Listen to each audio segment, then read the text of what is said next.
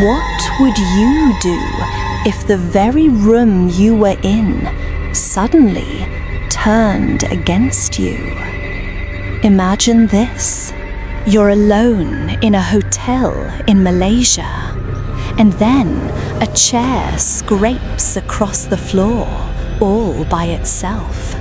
You panic, you run for the door, but your escape is violently cut off. A heavy table lifts and hurtles through the air, slamming the exit shut. You're trapped. The assault only escalates. Another chair is flung directly at you, striking with a sickening force that knocks you to the ground, helpless. For those of you joining me in the late hours, my name is Blair Morgan. What you just witnessed is the terrifying, raw footage of a poltergeist attack. And tonight, believe me when I say, this is only the beginning. I know what a lot of you are probably thinking right now, sitting there in the dark, that a part of your brain, the rational part, is screaming, that had to be fake, CGI, wires, an elaborate, well-acted hoax. And honestly, my own inner skeptic agrees with you. It's time for you to listen to me for just a moment, just a little while. A part of your brain, the rational part, is screaming, that had to be fake, CGI, wires, an elaborate, well-acted hoax. And honestly, my own inner skeptic agrees with you. It's the most logical conclusion. But that's the maddening dance with this kind of evidence, isn't it? It pulls you in, then pushes you away. It lives on that razor-thin line between a clever prank and something genuinely unexplainable. So how do we, as careful observers, tell the difference? Where does a well-planned illusion designed to go viral end, and an intelligent, unseen force begin to show its hand? That's the question we're here to investigate together tonight. I've gathered 10 of the most compelling, most infamous alleged poltergeist recordings ever captured. For each one, we're going to look closer than most people do. We'll play the part of both the believer and the skeptic. And by the end, I won't give you any easy answers. The only verdict that matters will be yours. So, with that promise, our investigation begins. We'll start in places that are supposed to be safe, public, and governed by the laws of physics. But as you'll see, sometimes those laws seem to get suspended. Our first grouping is haunted hospitality. Case file number 10 takes us to the Carlisle Castle Hotel in the UK. The CCTV footage shows an empty bar area in the dead of night. Suddenly, a hazy, translucent figure drifts from right to left, passing directly in front of a shelf of bottles. Moments later, a bottle on a lower shelf inexplicably falls to the floor. The clip then cuts to a different night, a different camera, where a glass sitting alone on the bar spontaneously shatters. The believers break down. Note the sequence. The figure appears, and then the activity starts. Is it a coincidence? Then look at the glass. It doesn't just fall, it explodes. What kind of force does that? A string can pull something, but can it make it detonate? The two separate events, captured on different nights, suggest a persistent presence, not a one-off trick. The Skeptic's Corner. The figure is classic video artifacting or even a simple digital overlay.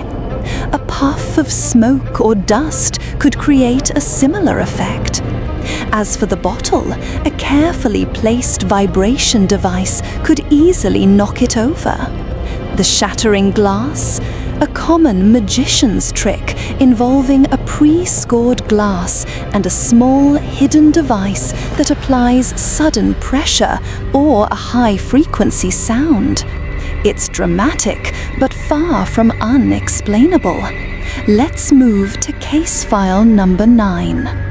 We're in a restaurant, a buffet, after hours. The camera shows rows of empty tables. Then, on a table in the foreground, a stack of plates begins to move.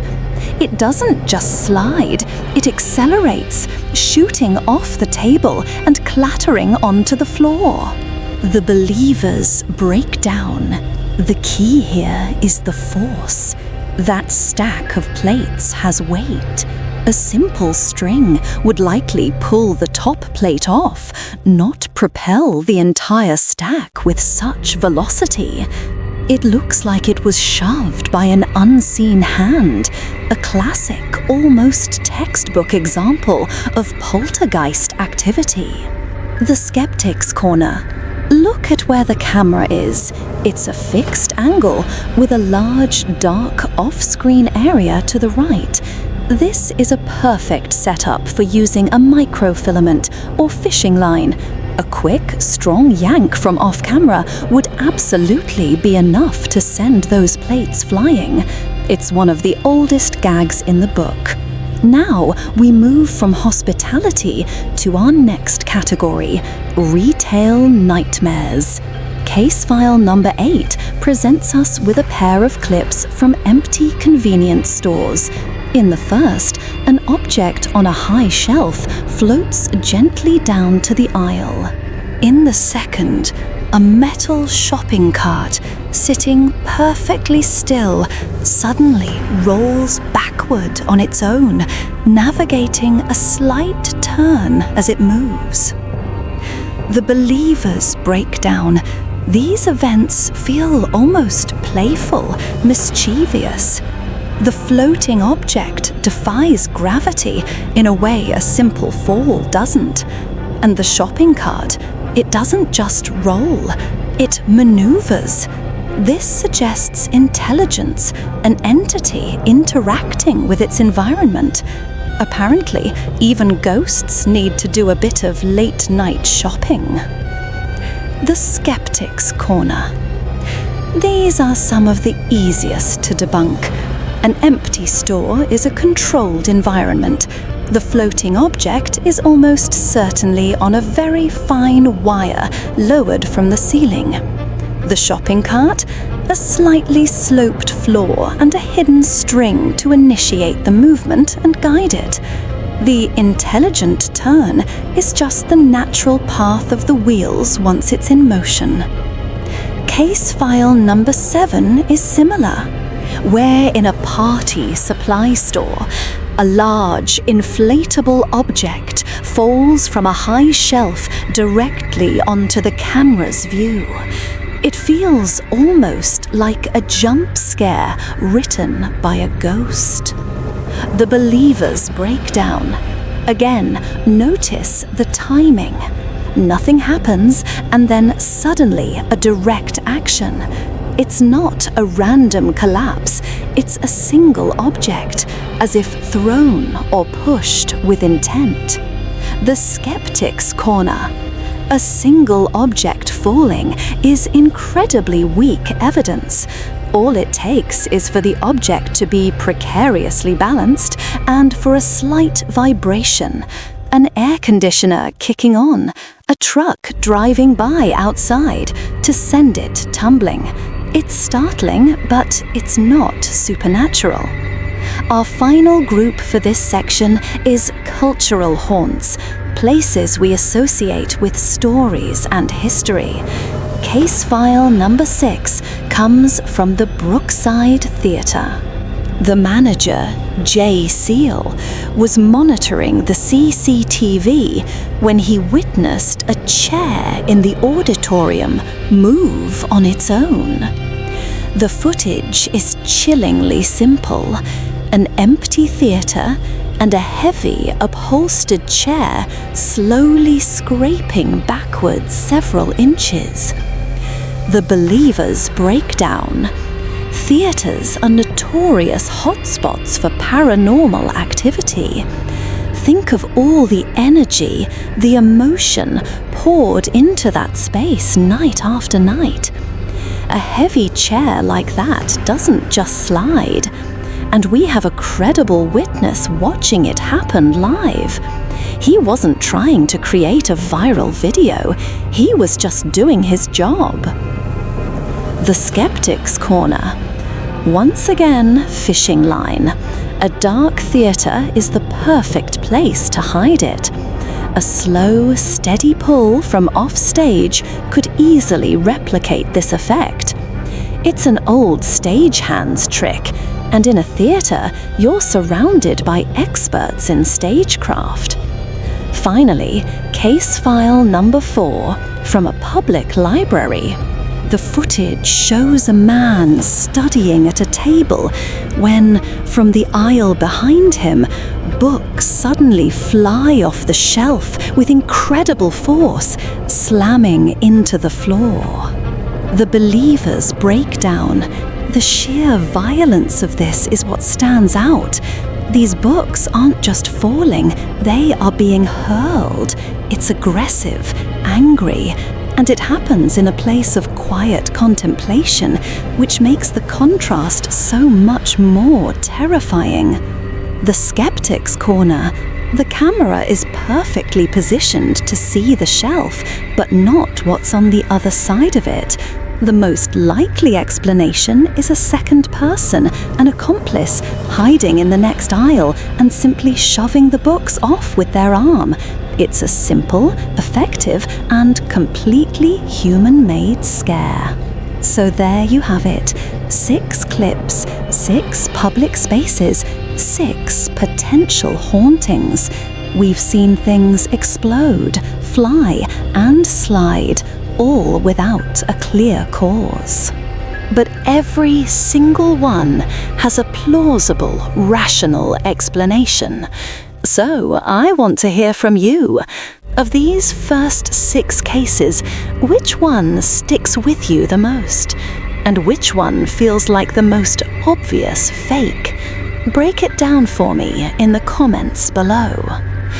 And I know what many of you are likely thinking as you break those down in the comments. Wires, magnets, clever video editing. Objects are one thing. They can be manipulated, faked, and explained away. But how do you fake pure, instinctual terror? There's an old belief, one that spans countless cultures, that animals possess a kind of sixth sense. Many of you have probably seen it yourselves. A cat staring intently into an empty corner. A dog barking furiously at something in the dark that just isn't there. They seem to perceive a layer of reality that remains invisible to us. Keep that thought as you watch this. A YouTuber is filming in his room, but his dog is absolutely petrified. It's wedged itself under the bed, refusing to come out. He tries to coax it, but the animal just whimpers, its eyes locked on the ceiling, on the attic door directly above. Then they both hear it, a faint sound from upstairs. The man, a little unnerved, but trying to be brave, decides to investigate. He opens the attic hatch, and as he peers into the darkness, something is thrown violently just out of sight. So the question isn't just about what was thrown, It's about what the dog knew before anything happened. Was it just reacting to the subtle creaks of an old house that its owner simply couldn't hear? Or was it sensing a presence in that attic long before the chaos began? Sensing a presence is one thing, quiet, subtle, almost deniable. But what happens when that presence stops hiding and decides to tear a building apart? This is the footage that for many defines modern poltergeist evidence, our final and most intense exhibit. Case file number 1, an office building in Manchester, England. The time is well after midnight. The fluorescent lights of the city have given way to the deep, silent dark of the early morning. The only people awake for miles are 2 security guards sitting in a small, sterile room surrounded by a bank of glowing CCTV monitors. The air probably smells of stale coffee and disinfectant. Just another long, boring night. Then, a flicker of movement on camera 3. A door in an empty hallway, which was firmly shut, is now slightly ajar. One guard might nudge the other. Did you see that? They rewind the tape. Nothing. No one entered, no one left. Must be a draft, a glitch in the system. They settle back into their chairs, the rhythm of the night returning, but their eyes stay fixed on that monitor. Something is off. Then it happens again, but this isn't a glitch. On camera 5, in the main office floor, a computer keyboard is suddenly, violently swept from a desk, clattering silently to the floor in a splash of grey pixels. There's no draft that can do that. There's no glitch that can single out an object and throw it with such intent. In that moment, the boredom in the security room vanishes, replaced by a cold, electric dread. They lean in, their faces illuminated by the screens. Someone or something is in there with them. They start switching feeds, frantically trying to track it. Camera 2 shows a filing cabinet drawer sliding open on its own. They flick over to camera 4, just in time to see a heavy office chair pushed away from a desk, as if an invisible employee just stood up. The entity is moving. It's going from room to room. This isn't random chaos. This is a systematic, intelligent rampage. The guards aren't just watching a haunting, they're watching an invasion. And then the climax of the assault. The main office, camera 5 again. The full bank of desktop computers on a long desk. One by one, they are shoved forward, crashing face down onto the floor in a silent, devastating cascade. You can almost hear the imagined crunch of plastic and glass. You can feel the guards holding their breath, witnessing thousands of dollars in equipment being destroyed by an unseen force. It opens doors with purpose.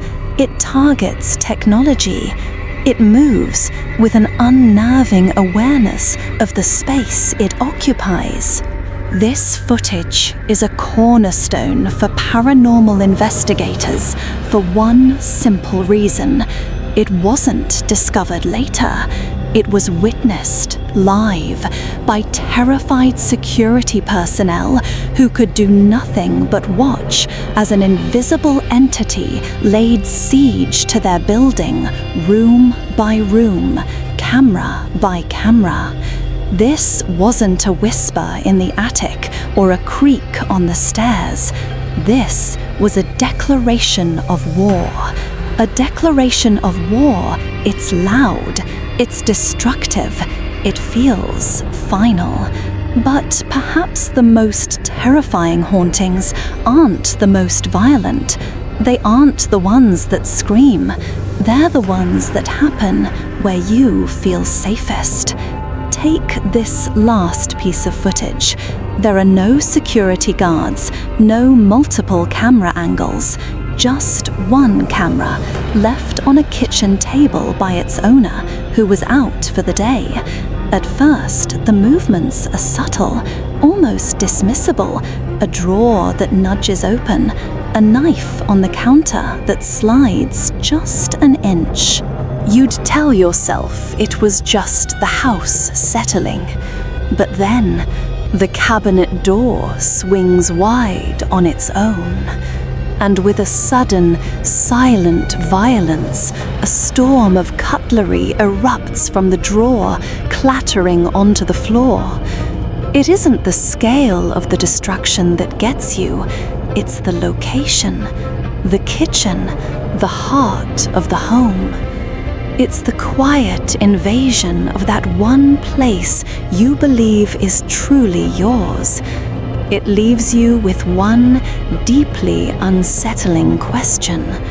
What happens in your home when you're not there to see it? And that's the real fear, isn't it? That quiet, lingering question that follows you after the screen goes dark. Tonight, we have taken quite a journey together. We started with a violent public assault in a hotel. We moved through the strange, almost playful events in stores and theaters. We felt the primal terror through a dog's eyes, witnessed a full-scale, destructive rampage in an office tower, and we ended right where it's most personal, in the silent, unnerving corners of a home. In an age where a few clicks can create a ghost, the line between what's real and what's a hoax has never been more blurred. Every single clip we've watched can be debated, debunked, and defended. And that's why, in the end, I leave the verdict to you. So, what do you believe? A collection of clever fakes, or fleeting proof that we are not alone? Let me know in the comments which piece of footage tonight is the one you just can't shake. Because whether they're genuine or not, you have to admit they're always fascinating to watch. If you enjoy diving into these unexplained mysteries with me, please show a little love to that like button and make sure you subscribe and turn on all notifications. You won't want to miss our next investigation. And a quick, quiet word of warning. Videos like this, exploring the fringe, they sometimes get flagged or just disappear. Subscribing is the surest way to be here for the next story before it's gone. Until next time, stay curious.